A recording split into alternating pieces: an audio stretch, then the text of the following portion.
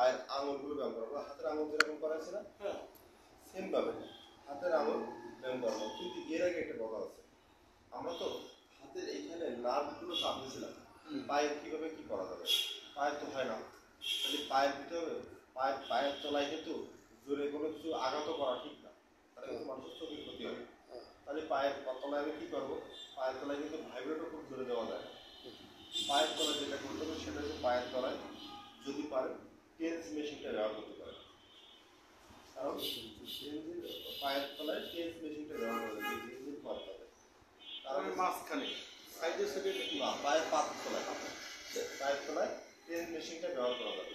তবে একই টেনশন দিয়ে ডাইন সাইডে দিয়ে ওভারের ডাইন সাইড দিয়ে 5 মিনিট সর্বোচ্চ পায়ের তলায় যদি টেন্স মেশিনটা ব্যবহার করতে হবে। কেন করতে হবে, আমরা যে চাপটা দিই সেই চাপটা আমরা হাত দিয়ে দিলে অনুমতি পাবে না, এই জন্য সময় স্যার 5 মিনিট টেন্স মেশিন ব্যবহার করতে হবে 5 মিনিট।